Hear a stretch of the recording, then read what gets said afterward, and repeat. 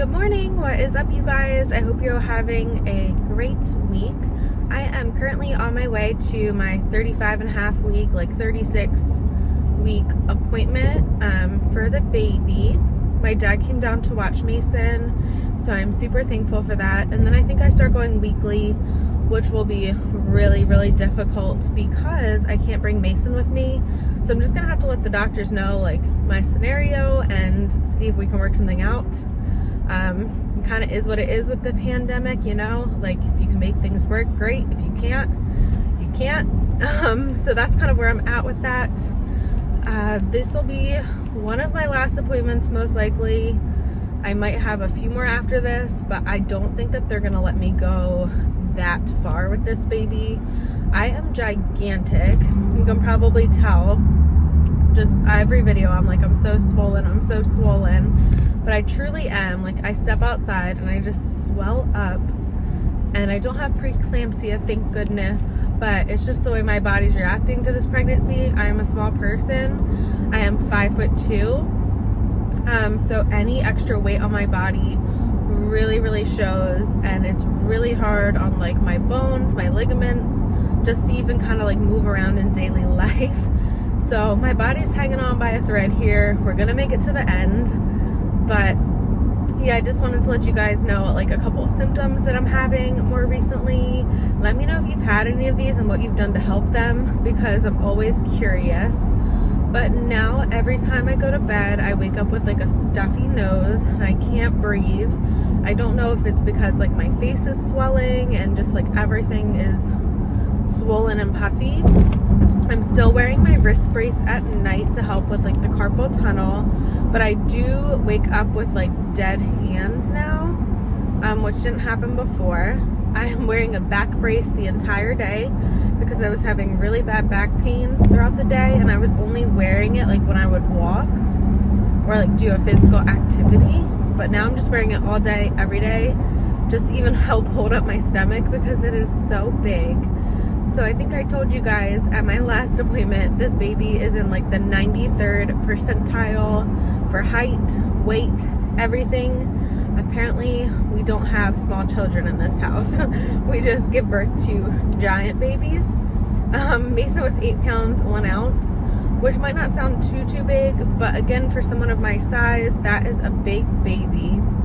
So when I went to the specialist for the ultrasound, he just looked at me and he said, "You poor girl." And he went into his drawer, and it looked like he put out like a secret stash of papers that he only gives out to like people he thinks really need, people that he thinks really need it. And it was like a little paper that said like to take evening primrose oil at a certain week. And I haven't done that yet. I did buy it, but he said that that could help with labor. So if you guys have tried it, let me know in the comments. I'm really curious. It was just funny, like he went into like this special drawer and like took out the paper, and it seemed like it was like very like covert and like top secret the way he did it. But you could just tell he was like, try and have this baby at like 37 weeks. If you wait until 40 weeks, you're gonna have a 9-pounder. And I'm so confused by it because I feel like I've really been trying to watch what I eat this time. Like last time I was getting like Chick-fil-A all the time. I still do get it, but I get salads. I was eating like cheesesteaks, just like whatever I felt like. And this time I just feel like I'm a lot more conscious and I'm eating like what's in my house kind of thing. I guess it's because I'm not really working out as much because I just physically can't do it. Like my body, if I do a workout, like my body's down for the count for the whole day. So it's kind of not worth it. Like I'll just do like little movements here and there when I can. But to do like a full on hour workout just isn't feasible right now. So I don't know what's up with that. So I thought I was gonna have this like whole like weight thing, baby size kind of under control, but apparently I don't. So I'm gonna ask him about that, if he thinks like being this size this early is normal, or like what he suggests. With Mason, I was induced at almost 40 weeks because they were afraid he was gonna be like a giant baby also. But this time I do feel like this baby is much bigger than Mason, we will see when he gets weighed, but I can just feel him stretching all the way from like my hip bones up under my ribs. Like, he feels really big.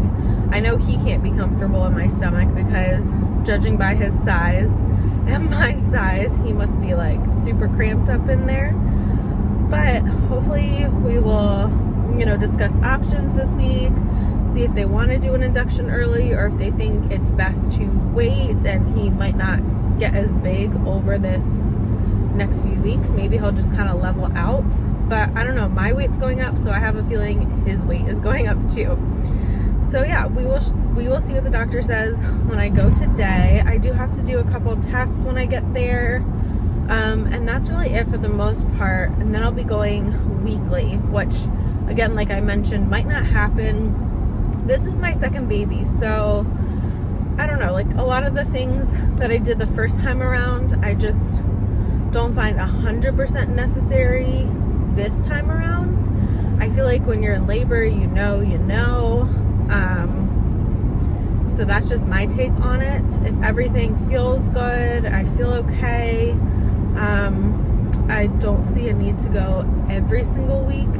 Maybe every other week, or towards like the last, like the 39th week or something like that. Like, definitely go just to see what they want to do.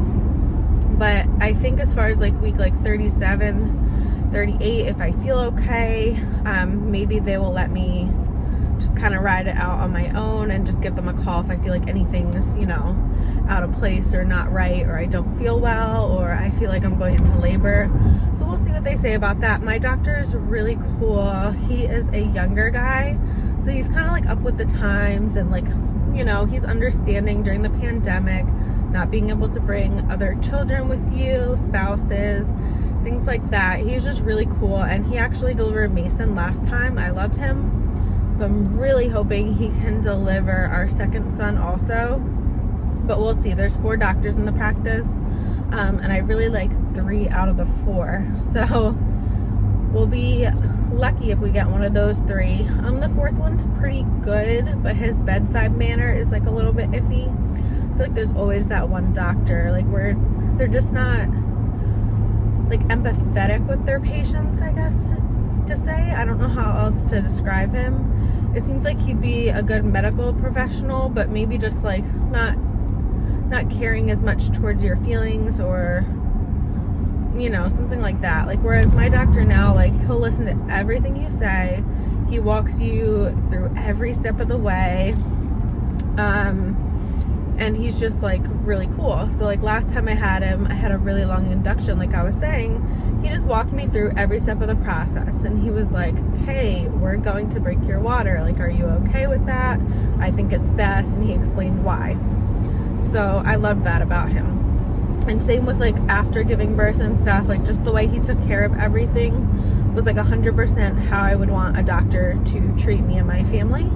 So I'm really, really hoping he will be available this time. We shall see. But yeah, I'm almost at the doctor's, and I will definitely update you guys once I leave if I have any news. Hopefully it's just all good things, and, you know, we will meet this baby in a couple weeks time. Oh my goodness, I also had like a fun, irrelevant question I wanted to ask you guys while I'm, you know, kind of sitting in a little bit of traffic right now. But I'm finally getting my hair done next week. I haven't gotten it done since November. I've just been letting it like ride out. I'm not a fan of getting my hair dyed all that much. Like, I love the way it looks, but after birth my hair tends to like fall out and just feel really icky. So I don't like to put like a lot of you know, like harsh chemicals on it. But I have an appointment for a cut and just like a few highlights. I'm thinking like around the front, just to kind of frame my face a little bit. But let me guys know, let me know, you guys, if you have any like good hairstyle ideas or celebrities' hair that you like that I can go check out. I definitely want to leave my hair long because I won't be able to style it much with a newborn and toddler. So just throwing it up in like a ponytail or bun is going to be essential this fall. So I'm not going to do anything where I need to like style it a lot, which I do like shorter styles, but I'm just not going to have time to like blow it out and curl it most likely. We will see. So I don't want to take that risk just yet and chopping it all off. But if you have a favorite celebrity hairstyle, let me know down in the comments below what you would think would look good. I've been looking at pictures of like Eva Longoria or Melissa Gorga from The Real Housewives. I love her hair. I don't know if I want to go that light just because the maintenance of it, but we will see. So if I do a drastic change, I will definitely let you guys know, but I don't think it's going to be that drastic.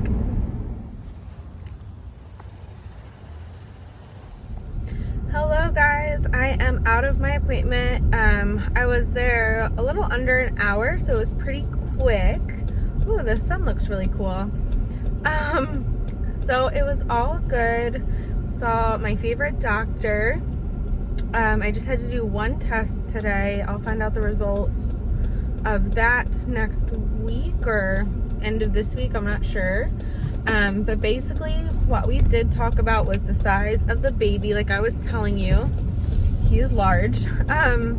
So they don't really want me to go to that 40-week mark if I can avoid it, because they're worried that he's just gonna get too big and his shoulders are not going to, you know, fit, and I'm not gonna be able to give birth to him. So waiting it out would put me in an increased risk for a C-section. Nothing wrong with C-sections, but I want to try and give birth if I can, you know, on my own. So we shall see. We actually scheduled an induction date, so that is going to be set up. So we could have an August baby, maybe like a September 1st baby, I don't know. Our family's gonna come down and watch Mason because my husband and I are the only people allowed at the hospital still. They gave us the news that we can get food outside of the hospital, so that is good because the hospital food was not the best last time. And when you're in labor, you want some like really good stuff. You want like Chick-fil-A, Panera, you know, like a milkshake, something just to power you up, something hearty. So we will be able to get food. That was like a question we had. I know priorities, right? Food. But so yeah, we're setting up the induction date, and Mason will have a baby brother, you know, right at the very beginning of September or end of August. So we shall see. But everything else is a go. Our doctor is so flexible. Like, he's the coolest guy. He is putting my husband on a COVID leave shortly because he is an essential employee and he doesn't want him to get exposed at work and then, you know, risk obviously passing it to me. And if he gets it, then he's not allowed to be in the labor and delivery at all. So we are trying to avoid all of that. So we'll just kind of hang tight the end of August. You know, aside from getting like groceries, we're not really going to be doing too much. We just want to be like extra careful during this time. There's a man on a bicycle at a crosswalk, so I just stopped for him. And the car behind me beeped at me for stopping for the pedestrian that was at the crosswalk. So I don't know what his problem is. Just being a good citizen here. Obeying the law. But okay. Another thing was, when I arrived, my blood pressure was elevated this time. So I had run into the appointment. I was a few minutes behind, ran up in a mask, so I was all out of breath. So their standard there is to do the blood pressure reading again once you leave, just to see if it's gone down any. So I really appreciated that my office did that because it did go down. It just happened to be that I was like in a frazzle to get up there, and that's why my blood pressure was higher. So my doctor came back and actually took it himself. He just like had me relax and then took it, and everything was fine. Because they want to check for preeclampsia, which is like not necessarily the best thing to have at the end of your pregnancy. It's totally doable, but you know, you want to avoid having any extra like stress on your body when you're about to go into labor. So that was a little bit of a concern in the beginning, but he reassured me most patients, it goes down by the end. They're just always getting up there like in a frazzle, waiting in the car for them to be called up, putting on the mask. You know, you are extra heavy, breathing hard. So a lot of factors go into that. So I'm so glad they were so flexible and, you know, took the time to redo that test and just put my mind at ease. So yeah, we're doing good, knock on wood. We just have a couple weeks left. I'm gonna try some of like the labor inducing type things, like evening primrose oil. The one doctor told me to try that, so we'll see. Maybe I'll try some like walking, squats, one of those like what are they called, like exercise balls where you sit on that. And I'll just look up a few things online and see what I can do that's like natural and healthy. But I don't want to go into labor too early to where the baby's lungs are underdeveloped or anything like that. And then I also don't want to go too late and have this gigantic son that cannot fit. So yeah, that's kind of where we're at right now. Good news, good appointment. And I will be praying and hoping that everything continues going well. So I hope you guys enjoyed this car chit chat update, whatever you want to call it, and I will definitely keep you guys in the loop if anything happens between now and my next planned video. Thanks for watching, guys. Bye.